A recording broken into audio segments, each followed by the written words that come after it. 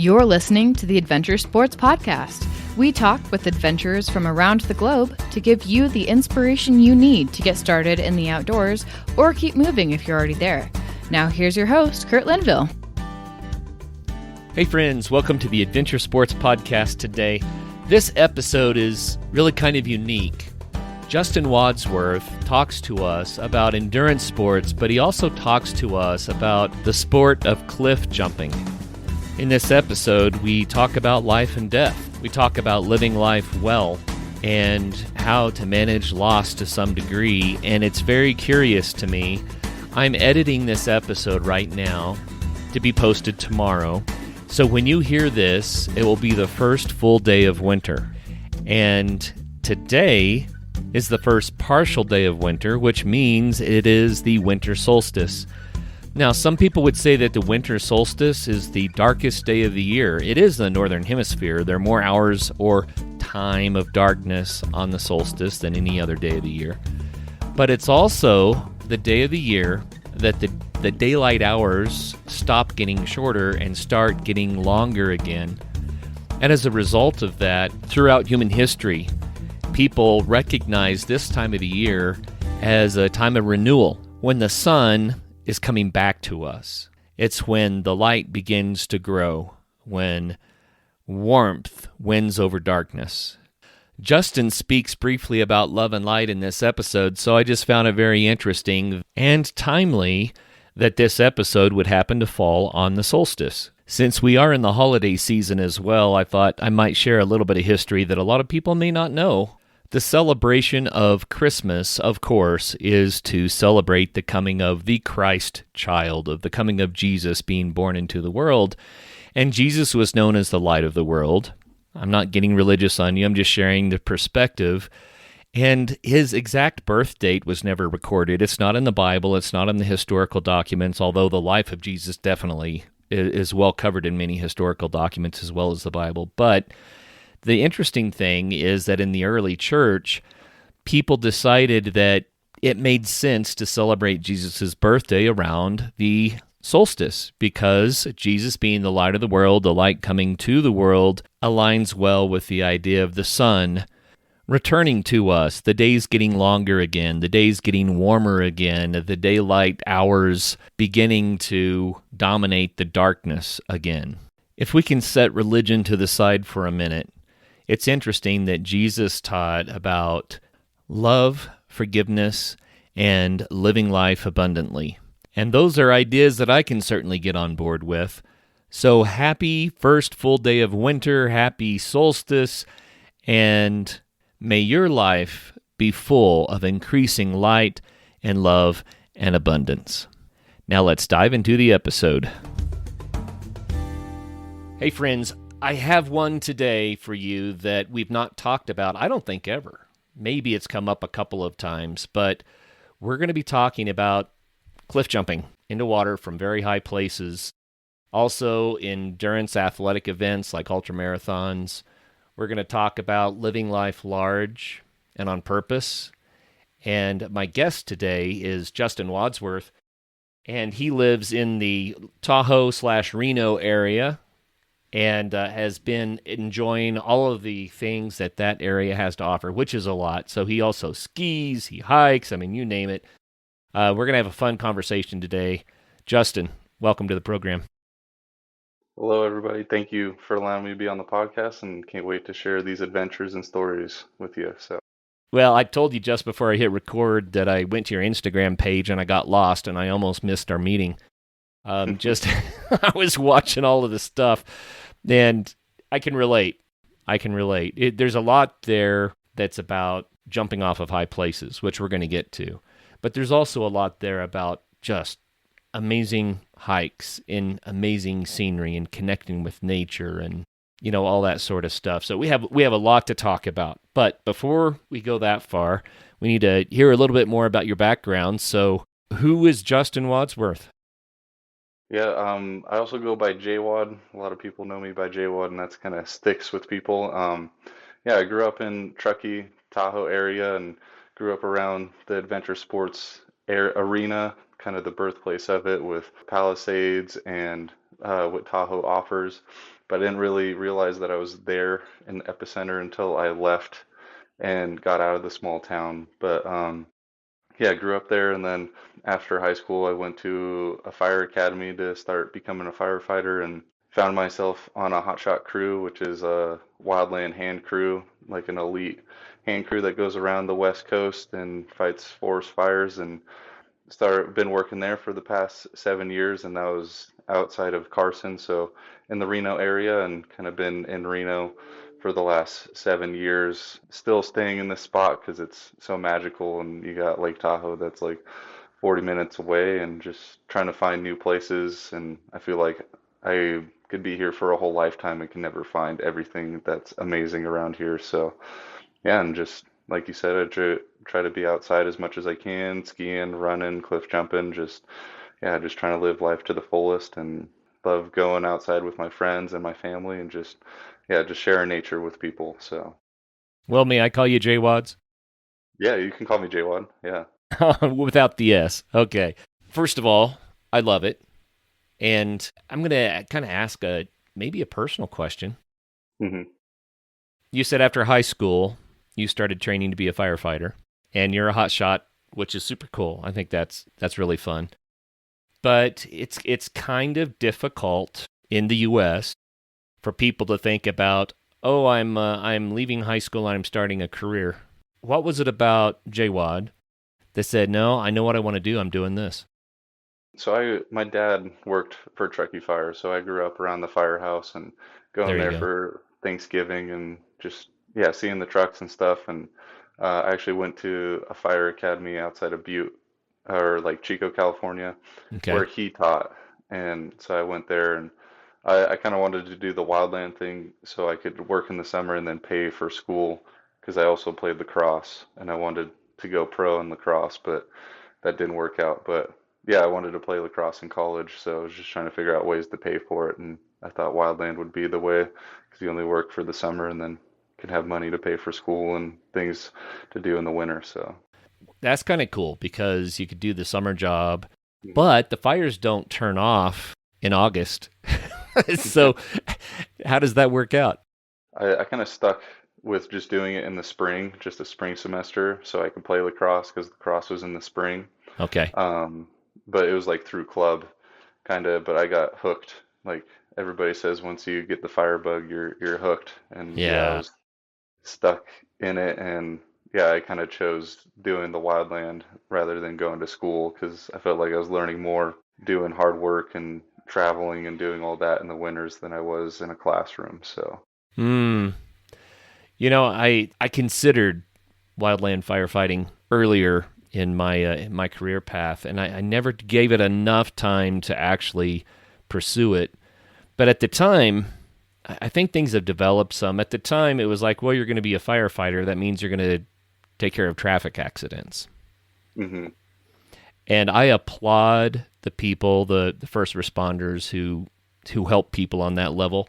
Amazing, amazing. But I'm not sure that I was quite geared for it. I've tended to some accidents over the years where I was the first one on the scene, and yeah, I do the best I can with the knowledge that I have. But it's like, wow, every day these people are tough.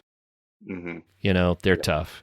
But the wildland firefighting, that appeals to me so much because I love the idea of working with nature, and I even like working with fire a lot. So we're going to be talking about all your adventure sports, but what's it like to be out there on the front line against a big fire?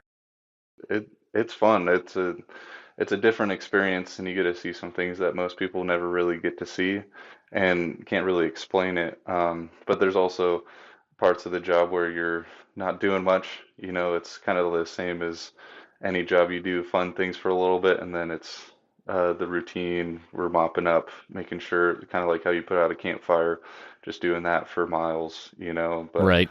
no, it's fun. I learned a lot, and we did a lot of burn operations, and just like seeing forests in front of you that are just engulfed in flames, and hearing a tree torch in front of you. It sounds like a jet airplane. Mm, It's a crazy experience. You get to see some remote country across the U.S. that most people never even know is there. like sitting on top of mountaintops that I imagine nobody's really been to in a long, long time. And then the people are amazing. Everybody's all like adventure at like love being outdoors, whatever it is, hunting, fishing, running, skiing, biking. Everybody's kind of has that same mindset. So that's what makes the job fun is the people that you meet during Yeah. that job and yeah, and the places you get to see. But you're also gone all summer and get to miss out on all the fun things in the summer like barbecues and swimming in the lakes. But Right. yeah, you get to see a lot though, and I recommend it to any young person out there that wants to do a good job and make a lot of money for the summer and get some experiences and get some work ethic and character building. It's an amazing job. Well, here's one that I'm curious about. We had a forest fire up valley a couple of years ago, and it burned for 3 or 4 months. It Hmm. was good size. It wasn't massive, but it lasted. And during that time, we had a moose that came down valley and was in our neighborhood. And I just thought, you know what? We don't see moose around here that often. They're further up, right? But the fire was pushing things down. And I thought, if you're actually on the line, how much wildlife do you encounter that are just trying to clear out? I mean, is that something that is common? I haven't seen too much of that. Not Really? really. Yeah. Yeah, you see animals every once in a while, and I haven't seen too much of like animals running away. So Right. yeah. Well, they tend to move early Hmm. before it's not like they're running from the flames necessarily. They're like, oh, this isn't right. Let's move this other way. So Hmm. my guess is they're sneaking through in the dark, and that's probably. I was just curious. You can see in the movies all the hordes of animals that are stampeding away from the big fire, but what you're saying is that's probably not quite the way it plays out. Yeah, not really. And usually when hotshot crews get in, it's like it's pretty established, and Yeah. we're going from like a safe anchor point and kind of going around it. We're not at that front point of the fire where it's pushing, so we're not at the head of the fire. We're kind of on the sides trying to contain it. Gotcha. Let's move from fire. So, we can do earth, we can do wind, we can do water, we can do fire. So let's move from fire to water. You on your Instagram have just clip after clip of jumping off of very high places. So cliff jumping is a thing for you. How did you get into that? Thinking back to the first time I jumped off of a cliff into water, and it was during the fire academy. Me and my roommate, we were both doing the academy, we needed a break, Yeah. and we found out of a watering hole kind of close by in Paradise. We went there and we were swimming around, and some dude like landed in the water because he jumped from the cliff, and we are like, "How did you get up there?" And he brought us up there, and I don't know, maybe it was like a 40 footer, which was big for me at the time. 40 is big. Yeah, and then I jumped off of it, and I didn't think about it until I started on the Hot Shot crew, and then I met a great friend on the crew, and we started the crew together. And after our first season, there's a spot near Truckee called Emerald Pools, and he was like, "Have you ever been there?" I was like, "No, but I grew up around it." And we went there. It was like October, super cold, and we could barely even jump off of like I think it's maybe 40 to 50 feet. We were both scared on the top of it and jumped off that. And then the next summer he came back and he was all gung ho about cliff jumping. And yeah, and that's how it started. Hmm. For the audience out there, let's give the public service announcement. You can get away with this, but it's dangerous and you don't want to mess up. Hmm. So I did a little of this when I was younger. I don't think I ever did 100 feet. I don't even know what my highest jump was, 60, 80. I don't know. I don't know what it was. It's fun. It's a huge rush. It's a huge challenge, but it has real risk. And, if you get into this, you'll probably be facing the sheriff's department from time to time and signs that say don't do this and, all that kind of stuff. What do you think the risk factor is really like for you, Justin? I think same with like the crew, you learn about risk management. Mm-hmm. You can't really eliminate risk. Like obviously I'm choosing to jump off of the rocks into the water and you can get hurt or even die. But there's rules in the cliff jumping community that we like to follow, and it's having a safety in the water. And but the main one is depth checking first because Yes. areas change every season, and you just have to make sure that if it was deep one year, you have to go back and check it again because sediment and other stuff might be at the bottom and it might not be deep that next season. So that's a big one. And then having a safety in the water, or at least going with friends and having people down at the bottom just in case if you mess up. But this is if you're doing tricks and stuff like that, and also if you straight jump too. But those are the two big ones: is having a safety and depth checking, and just making sure that you're going with friends and having that buddy system and people that you trust. So I really do calculate all of that, and yeah, I'm very I make sure that I'm as safe as possible. But it's kind of like when you do anything, you work your way up. I didn't just wake up one day and was like, I'm gonna jump a 100-foot cliff. Like I started at the bare bottom, like learning how to do backflips off of 5 feet, and then slowly working my way all the way up to 100. Like it took a lot of practice and time to get to that point. So There was a time when a buddy and I went out to do a little bit of cliff jumping, and it was not that high, 25 feet or something. I don't know. We were enjoying the jumps, but you would jump in the water and you had to climb the cliff to get out, which was not that big of a deal. Having a great time. But there was a kind of a rock at the top of this, and I was jumping with tennis shoes. And so I ran to do my last jump and hit the edge of the rock, and my shoe was wet, so it just twisted under my. I sprained my ankle, almost broke it. So I landed in the water, but then I couldn't climb back out because my ankle was so bad. And so I had to do actually a fairly long swim to get to a place where I could crawl out of the water. I just tell the story because it wasn't even that high of a cliff, but things can happen, and having a safety in the water, so important. hmm You know, I mean, luckily I was able to self-rescue. It wasn't that big of a deal, but I could see instances where it'd be much more difficult. Appreciate what you're saying there. Do it smart, start small. Okay, take us there, Justin. What's it like to jump off of something like that? it's hard to explain to people who haven't done it before. I know you've done it, so you understand. And we get overwhelmed with life and, like bills and things that are happening with your family and stuff like that. And some people revert to drinking or doing other things. And I'm super happy that I found cliff jumping because when I'm going up, even if I've jumped this cliff multiple times, I'm going to do the same backflip that I've done multiple times. I'm still walking up there and in the moment, in nature, and nothing else matters as I'm walking because it takes a while to get up to the top of a cliff. Yeah. I'm not thinking about my family or the bills that I have to pay. I'm more thinking about, okay, I'm doing a backflip off of this cliff, and that's what I'm thinking about. And looking at the water and nature as I'm going up and just playing it in my head. And when I get on top of the cliff and getting ready to go, I'm still nervous. Every time I jump, I'm nervous and scared to jump. But as soon as I let go, it kind of everything washes away, and it feels like time slows down, and you see the water, and it seems like time is slow, but it's over in 2 seconds, and then Yeah. you hit the water and you come back out, and yeah, and then everything of life comes back. So yeah, that's why I love it as an escape a little bit. You know, part of the thrill is that you don't have to be very high up. If you hit the water incorrectly, it's going to hurt, dude. And if you're fairly high up, it's going to hurt really badly. So, hmm do you have stories about the bad landing?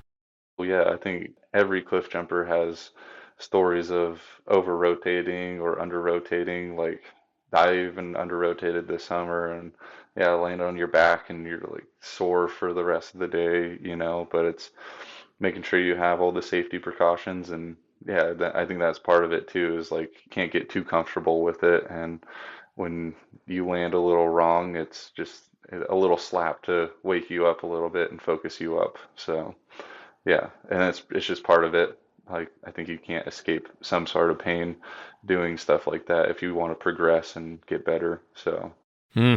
You know, the idea you mentioned under or over rotating. I mean, people that have done quite a bit of diving understand this, but let's say you're on a 5-footer, you can get a nice flip out of that, right?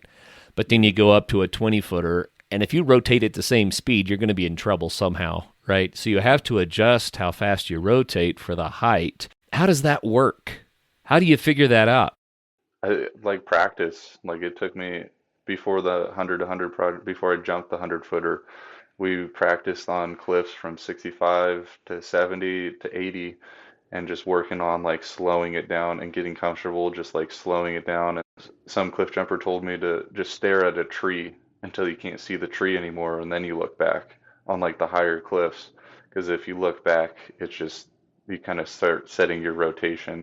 Yeah, so it's kind of just like laying back and setting it, and then like looking towards the water. It's hard to do like single flips and stuff. That's why most people like doing doubles, because then you see it and then you can see it again and like slow it down a little bit. Okay, Yeah. that's a little bit terrifying. Okay, I'm so high up that a single flip is too hard. I have to do at least a double here. That is something else. I have such mixed feelings about this sport because having done a little of it, I loved it. Absolutely loved it. But there came a point in my life where I realized, you know, if I hit the wrong way and I hurt my back or something, then it's probably not worth the few seconds that I'm going to, and so I quit doing it. We said before the interview, most of the time, the only time I jump now is, well, usually on skis.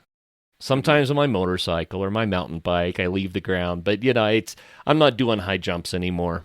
And the reason is because I just thought, well, recovery time might be a big part of it. But the idea of the big risk, it's like, yeah, I loved it. And it was definitely worth it when I used to do it. But what is the big gain that makes the big risk worth it for you?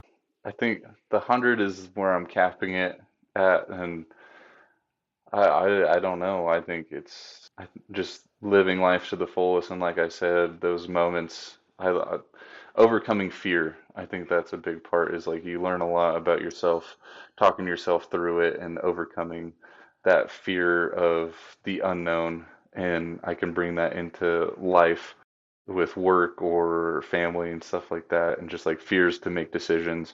I think that's the big part, but I think I'm slowing down too. I don't think I'm a little older now and seeing all the younger kids doing it. Like I like the cliff jumping scene and I'll be there to be a safety and have fun, but I think progressing any further, I don't think I will. But yeah, there is a cap to it, but I still will do it. I just don't think any higher than 100 feet. So Well, 100 feet is plenty. Holy cow.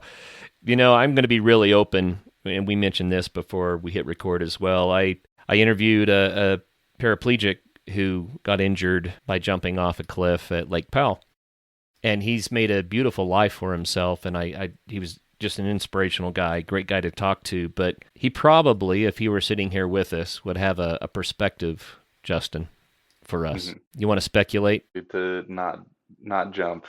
I think that's what the perspective would be, or think about jumping and make sure that that's the right decision. I feel like probably. I'm pausing just to get the words right. I understand it. I've done it. But I don't want to encourage people to just go jump off of something. If they want to do it, they really need to start small and learn how and be super cautious. I just can't emphasize that enough because, yeah. Justin, it takes a unique kind of person to jump off a 100-foot cliff. Mm-hmm. Hey friends, here at the Adventure Sports Podcast, health is really a priority. That's part of the reason why for over 10 years we've been encouraging people to get out there and have some fun, because when we become more active, it makes us healthier. Our focus on health is one of the reasons that I'm excited about today's sponsor, True Diagnostic. Did you know that your calendar age doesn't always match how old your body truly is? Your biological age, the age of your cells and organs, is actually the number one predictor of your risk for serious diseases like heart disease, cancer, dementia, and more. That's why learning your biological age can be truly life-changing, and that's exactly what the True Age test from True Diagnostic helps you do. It's a simple at-home test. You just prick your finger and then use the provided packaging and a prepaid envelope to send the sample in for testing. No doctor's visits required, no labs, but you'll get great information that can help you to be healthier and understand how you're doing with your own health habits. Now, I always joke that I'm 23 years old. You've heard me say that forever. Obviously, I'm quite a bit older than that, but I'm curious to find out what my biological age is. It's kind of eye-opening when you learn that your biological age, if it's just 5 years older than your actual age, your risk for major diseases can go up by 30 to 50%. That's kind of a wake-up call. But due to epigenetics, and this is the part that really inspires me, up to 90% of biological aging is driven by lifestyle. That means the way that we eat, move, sleep, manage stress, all these things play massive roles in how fast or slow our bodies age. That aligns with the Adventure Sports podcast so much. So I'm taking the test. I'm excited to find out the results. And in addition to my biological age, True Diagnostic also provides a personalized report that's full of science-backed steps that we can all take to slow down aging and improve our health over time. If you care about protecting your health and want to find out what your real age is, head over to truediagnostic.com and use my code ASP to get 20% off your entire order or subscription. That's truediagnostic.com. Use ASP at checkout to get 20% off. Your future self will thank you. What was it about you that said, no, this is something I need to do? Well, we're talking about the safety and all that, and I got into the cliff jumping. I was scared to even jump off of a 40-footer or 35-footer. I know that's big for some people, but like in the scene, it's kind of small. I was scared to do all that, but I was there to be a safety because I could swim and I had my EMT, and I was there to help my buddy who got me into it, Donnie. And the reason why I jumped the 100-footer was because he sadly passed away doing cliff jumping, and I wasn't there to be a safety for him. Oh, man. Yeah, but yeah, that's why I jumped the 100-footer was for him. He wanted to jump this waterfall, and it took me a long time to get to the point where I was confident enough that I would be okay to jump that cliff. Because when I had my friend pass, that's all I thought about when I was on top of cliffs was like, is it going to be me next and stuff like that. But I've had friends with me, and time had passed where I felt confident enough that I'd be able to jump off that cliff. And it was mostly for him and me to overcome that fear and do it for him. So you kind of closed the loop. Yeah. Wow. So if you don't mind sharing, what was the cause of his accident? When you're on the hotshot crew, you only get like a couple days off, like 2 days off. And this roll, we had 3 days, and there was a place kind of close to Reno, and we went out there with a couple friends, and yeah, we finished the day of cliff jumping, like a 75-footer, and then we were driving home, and I was behind him and my other friends that went, and there's a bridge that we always pass over that he wanted to jump off of, and they stopped, and he jumped off of it, but there was no safety in the water because he was with people who've never really cliff jumped before and under rotated and hit the water wrong and got knocked out. And yeah, but then I showed up a little after and was able to try to help figure out where he was, but it was already too late. But devastating. Yeah, but I'm glad that how bad it was, I'm just glad that he had his friends there to support, and so I'm just glad that we were there for him.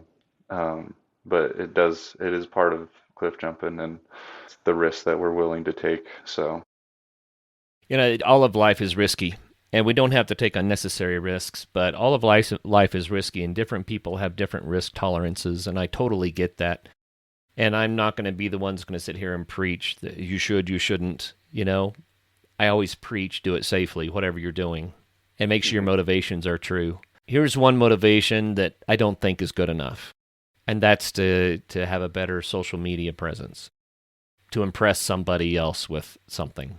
That's it. I don't think that's an adequate reason to take a huge risk. But if you're doing things because of what you're learning, the way you're growing, you're living life well, and you're building the skill set to do it safely, and there is risk involved, but it's a mitigated risk, calculated risk, that sort of thing. That's really what adventure sports are kind of about. Without that, I don't think we learn and grow. Mhm. So I guess I talking about this more than is necessary, but I always tell my kids, be safe first and have fun second, And as long as we keep those things in that order, we can have so much fun and still be safe, So I'm sorry to hear about your friend. That's rough. And I have to say, not that you had to do this, but for you to say, I am going to do this big jump in his honor, it also means I'm going to overcome the fear associated with what happened. Mhm. And it's kind of like releasing myself to live life again. I don't know if that's the way you felt, but I understand that. I can certainly sympathize. But it wasn't just a 100-foot jump. It also was an ultramarathon in the same week. So give us the full story. Let's just hear it. Huh. Yeah, so I've been doing ultras for a long time, kind of the same amount of time that I've been doing cliff jumping, and made it all the way to the 100-mile distance and finished that. And then did Cocodona a couple years ago and the 250-mile race. And I've been in that scene, and I think it's kind of the same as cliff jumping, just like able to clear my mind on a long run and also just challenging myself and the fear of, am I going to make it through this race? Am I going to get hurt? Stuff like that. So I like both of the communities, and also like I think I did the both of these communities are amazing, like cliff jumping and ultra running. Everybody's cheering you on. If you're gonna straight jump a 35 footer and you've never done it before, everybody's cheering you on the same as if you're gonna do a double off of a big cliff. And I that's the same with ultra running. The community is amazing, and people who are at the front of the pack are cheering you on if it's an out and back, and this there's just like an immense amount of family. So I've been thinking about doing that 100-foot cliff at Abaquah Falls in Oregon because Donnie wanted to jump it, and it's been in my head for a long, long time. And I kind of got to the point where I was able to do it and train for it. And I was thinking, all right, I can do it in the spring. And how cool would it be? Because I wanted to do a little bit of my side to the story too, which is the ultra running. And I was trying to find a 100-mile race that was in the same weekend. And I found Canyons, the 100-miler there. So I was like, how cool would it be to jump a 100-foot cliff and run 100 miles to just do something that nobody's really thought of or wanted to do. So I thought it was a cool opportunity that I couldn't pass up. So yeah. A fun combo. Yeah, yeah. So I was kind of chuckling as you were telling that because you said they both take you to the place where you can be present and get out of your own head. And I thought, it's funny because you get 2 seconds of that with a high jump, but you get 2 days of that with a 250 miler. So completely different experience. What is it like to do an ultra? Oof. It's kind of like life. I think it's a good, I don't know, it was David Goggins or somebody, or like they say that you learn 10 years worth of life in those day or 5 days, depending on the ultra. It's horrible. It's a hard experience. Like it's not like it's all sunshine and rainbows that Instagram makes it look like. It's painful, it's long, it's cold, you're hungry, tired, all that, but it's also the same thing. It's just you're overcoming these challenges, and that's what makes it fun is when you finish the race and you're done and it's over, and you've been thinking about it being over for the whole race. That's when it's like, oh, the relief and then the high from it. That's when it comes in, and knowing that you pushed yourself through all these highs and lows. It's not like it's bad the whole time, but there's points where you're super excited and you see cool sunsets and sunrises, and then there's points where you're like, man, my feet really hurt right now, and you're ready to be done. So it's kind of fun. It's kind of just like teaches you how to be ready for life because life throws stuff at you that you're not prepared for. And these races are, you kind of know what's going to happen, but you also don't, but you have a finish line for it.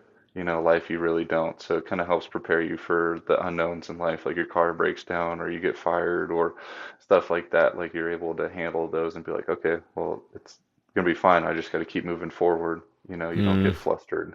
And that's what these races I feel like prepare people for, and I think that's why people like it, is the challenge. Regretfully, life is going to throw a challenge at every single one of us at some point, and Hmm. maybe some people have challenges every day.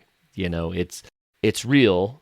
Learning how to push through in a healthy way to get through to the finish line or till you come out the other side. That it's a life skill that really is impressive. And I like what you said there, how much people say that they learn from an ultra. Hmm. Can you take us to the next level? What did you learn? Ooh. I mean, it's different with every race because you're in different parts of your life, but I think more that I've learned was just how strong I am mentally and how beautiful this gift of life is. And during the races, I look at my hands sometimes and like just be like, wow, I'm still alive, I'm still moving. And I think the pain kind of makes you aware that you're still alive. And I think that's the biggest learning gift that I've gotten during these races. Because out in the real world, when you're working and doing all your chores and all that, you kind of forget the meaning of it all. You kind of forget that you're moving, like you just forget that you're alive because you're just trying to catch up with things and you're always busy. Those moments kind of just like bring you back, I feel like, and just like I learn a lot just accepting the moments as they come and how to problem solve and yeah, live life to the fullest and yeah, appreciate this gift that we have. Live life to the fullest. Let's lean into that a little bit because that's really one of the main motivations for the Adventure Sports podcast. Living life to the fullest, and that means different things to different people, but I think we all know what the opposite of that is. Hmm. I've heard a lot of people say things like, if you stay home, you know exactly what your life's going to be. But if you go and do the thing, whatever it is, then you're going to have an experience. And life Hmm. is going to be different because you didn't stay home, right? You took that step. You started the journey. You had the experience. You went forward. And how does that work for your life? I mean, you're a big proponent of this, living life to the fullest. Yeah, I mean, as my young life during on the crew, you get 6 months off in the winter, and I traveled a bunch. I went from Colombia all the way down to Patagonia for 3 months by myself, just like going on these adventures and like talking about these goals and dreams that I had and actually making it a reality. I think Mm, that's a big proponent for me. But now in this transition in my life, it's kind of I'm more trying to change careers and be home a little bit more. So I haven't been traveling as much. But in that time, I've learned I don't need to go out of the country or anything like that. Like I can go around my city or like I know not many people have Tahoe nearby, but like just traveling around your hometown and finding new places and exploring and doing small little adventures at home has been more meaningful than me traveling to a different country. Just getting out and going and doing stuff outside and something that's new and different and just seeing new and different things. I think we as humans are curious and like the challenge and like seeing new things. We don't like we like being comfortable, but it's to our detriment. I think getting out and exploring a lot and living life to the fullest, I feel like for me is just not wasting every day because I know that I might not even be here tomorrow. I think having my friend pass away at such a young age, I learned like, you have to take every day like a blessing and live it to its fullest. Yeah.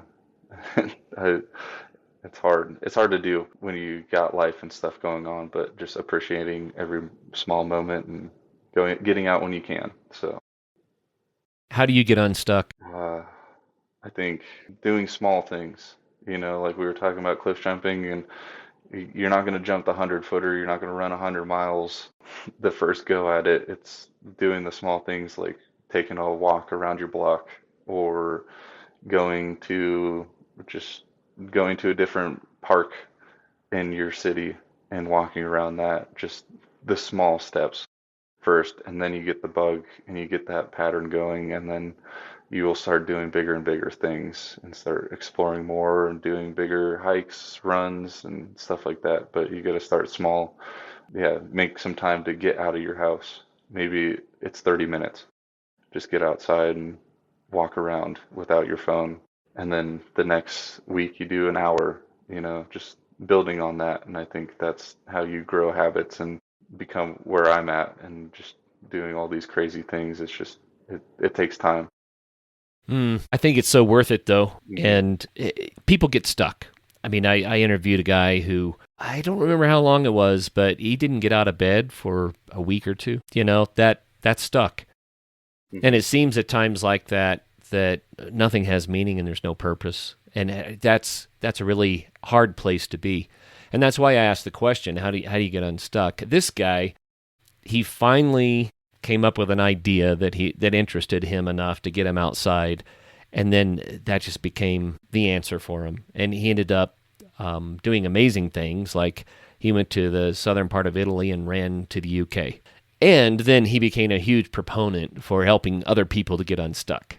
Sometimes it's a matter of having a big enough dream that you put way out on the horizon, right? And it's like, oh, that I'm going to try that, but to get there, I'm going to have to do this, that. And maybe it can get you unstuck. Maybe it can get you out the door. I don't know, but I'm always curious because, life is real. It really is. Life is real. And sometimes getting out of bed and walking out the front door to take a walk around the block feels like standing on top of a high cliff trying to get the courage to jump. Yeah. Isn't that crazy?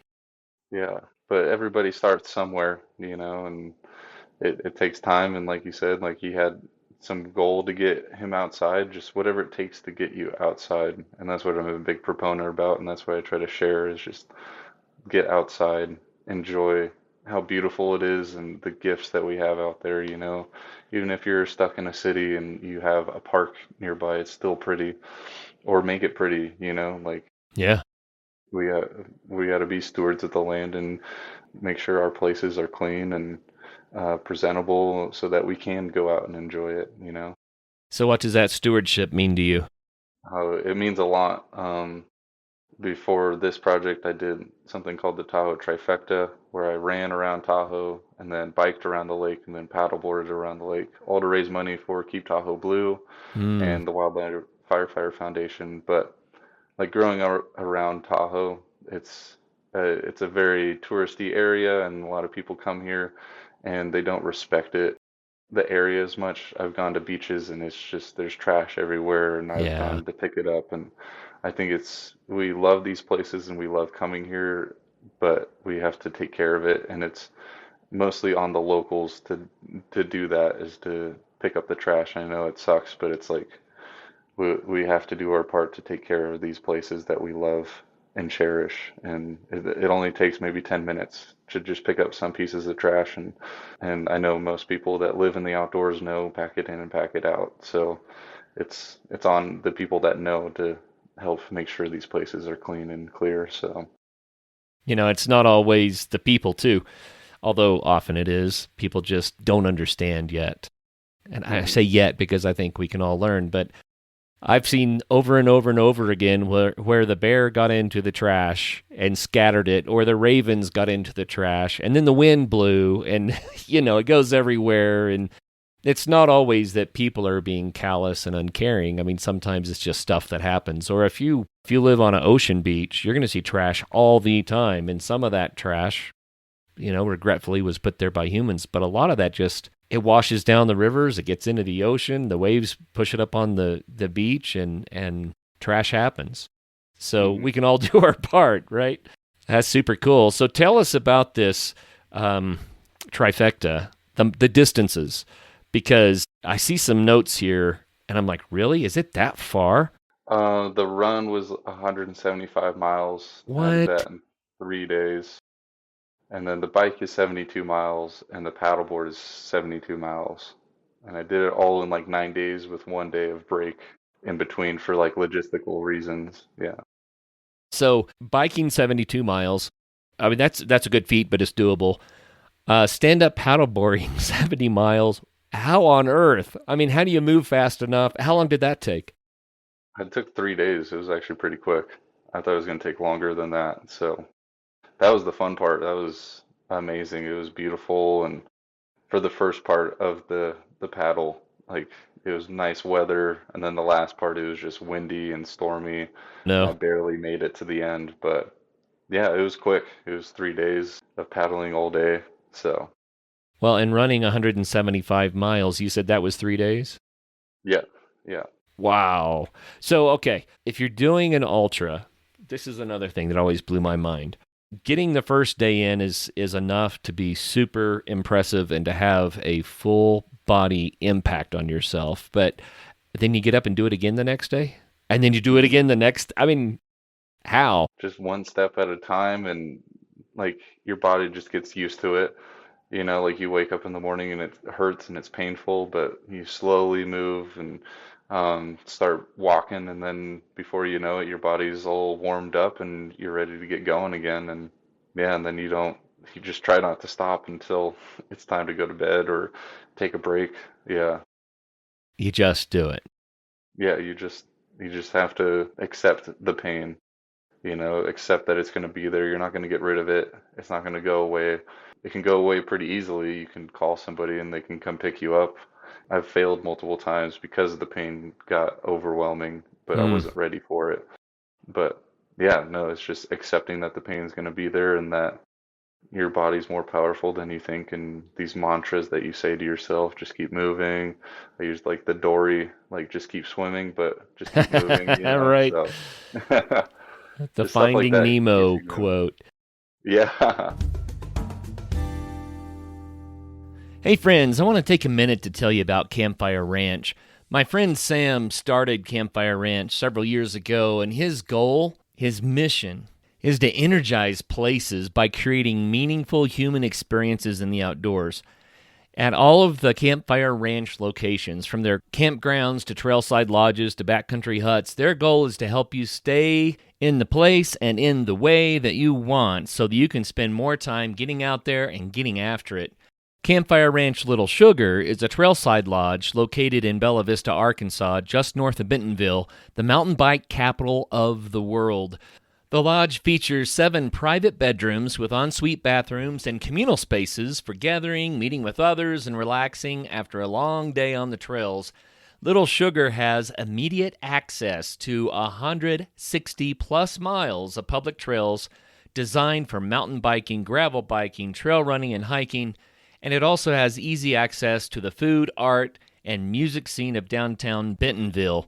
So grab some buddies and go to www.campfireranch.co/ASP. That's not .com, it's .co/ASP, and you'll get 15% off nightly base rates at Little Sugar in Bella Vista, Arkansas. And this opportunity is valid all the way through 2026. But you know how these things go. Your weekend is going to fill up quickly, so go right now to campfireranch.co/ASP to plan your big adventure. I've heard other ultra athletes say things like, I don't run 100 miles, I run a mile 100 times. Yeah. I like that. It's like I'm just gonna think about the next mile. I know I can get that far. So I'm going to do that mile, and then we'll see where we are at the end of this. And that gets people just through amazing, amazing things. How did this Tahoe trifecta, how did that change you? I think that was like one of the bigger self-supported projects that I've ever done. And it took me, that was my third try to get it done. Like I took 2 tries to kind of even get it started. And I think it just made me realize that I can do anything I put my mind to, and I can reach for the stars and have these big goals, and I'm able to accomplish it. But also, I can't do it myself. I need my friends and family to help do these things. These endeavors are personal endeavors, but it's also a team aspect as well. So, Mm. yeah, I learned a lot about having friends and family nearby and how to grow by myself too. Is just that I'm able to do anything I can that you put your mind to. Yeah. So what makes it worth it? I mean, that's a lot of pain, dude. Yeah. Um, I don't know. I think just maybe having something to tell my kids that I did something that's crazy so that they can go out and do something big for the world. And I think also just showing that I can do this big thing, like maybe we can clean up some trash on the beach, or show somebody like, hey, like you can, or my friends and family, like you can do anything, just put your mind to it and one step at a time, and anything's possible. I just want people to know that they're capable of anything and to shoot for the stars. And yeah, I just show people to live life to the fullest and shoot after their dreams. I love that, man. I'm on board with you right there. I've had an experience of driving to the top of a 14,000 foot peak. You can do that on Mount Evans, you can do that on Pikes Peak, and it's a beautiful view, and you're glad you did it, and it's worthwhile. Hmm. But then I've climbed those same peaks, and when you get to the top, it's the same peak, it's the same view. It's a completely 100% different experience. Hmm. And I think about how we connect with nature. You can go on a picnic, jump in the truck, go somewhere, have some food, throw a ball around. Do that, people. It's wonderful. But you encountered nature on a very easy and enjoyable level. But this is where this is leading right now. You're running 175 miles on the Tahoe Rim Trail. It's got to change the way you encounter that trail and you feel about nature when you're doing it that way. So can you speak to that? Yeah, I think you been on that trail a lot, and have been growing up around Tahoe, and all I have in my phone is pictures of Tahoe, honestly. But you see something new every time. You see something that you've never seen before. Trees that they just look cool, and you're like, how did I not see that tree before? I think you're more focused on the beauty around you, or the rocks that you're moving over, and just the appreciation of it in those moments. Like, I think it just overwhelms you with the beauty that is out there. And I think you appreciate it more the distance that you cover, and have more of a connection to it. And yeah, I think it just makes you more involved and appreciate it more, and just want to go back out there to experience that again. I think it just draws you in. It's kind of addicting. I think you did a good job of kind of illustrating that. It's mysterious, isn't it? Yeah. It is. Yeah, it's weird and trippy, and just it's cool. I think it's just art. We don't need to go to art galleries and stuff and go to the mountains, and you can find a tree that just its bark looks amazing and just like somebody painted it. Mm. I don't know what it is about going the distance that enhances these experiences, but it takes us to a different place. Hmm. And there's something, it's mysterious. I don't know really how to explain it. It's one of those things, people, if you've not done it, maybe you should do it. It doesn't mean 175 miles. You can get the effect without going 175 miles. Yeah. You just have to put in the effort, the challenge, work hard to be in a place you want to be in. It's a different experience. Hmm.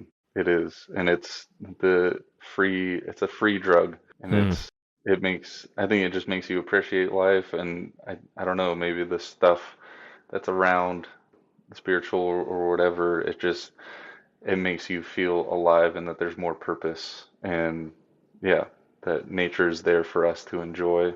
And yeah, I think that's what the ultra running and stuff does.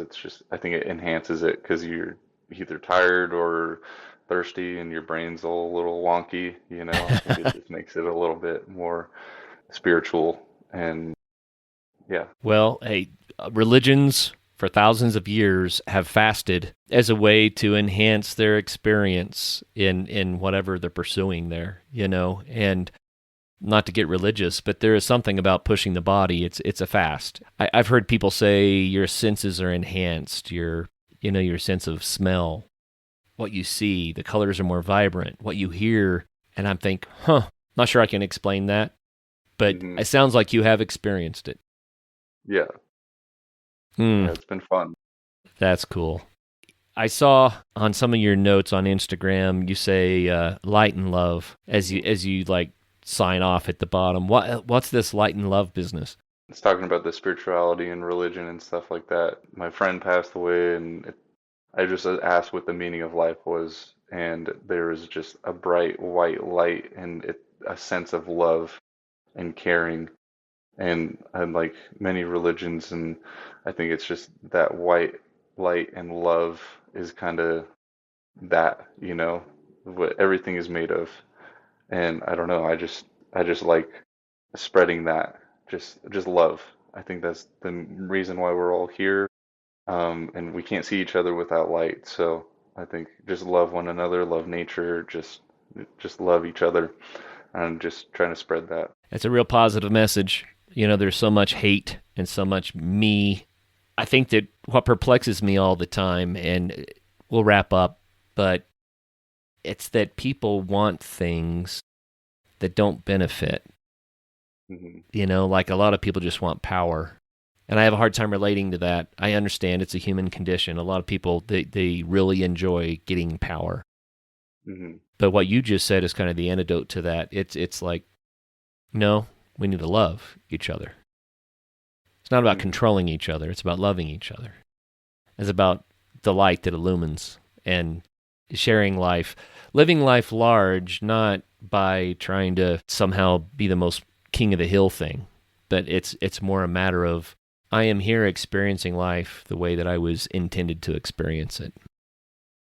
Does that make any sense?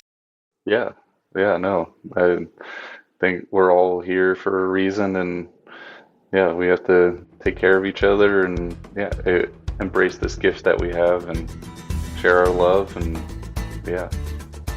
fight the bad that's out there, and just take care of the people that are around us, and love yourself, and know that you're capable of anything, and love the people around you, and show them that they're capable of anything. Well, you know what? I don't know, Jawad, what's harder, to have the courage to jump off a 100-foot cliff, or to have the courage to live that life you just described.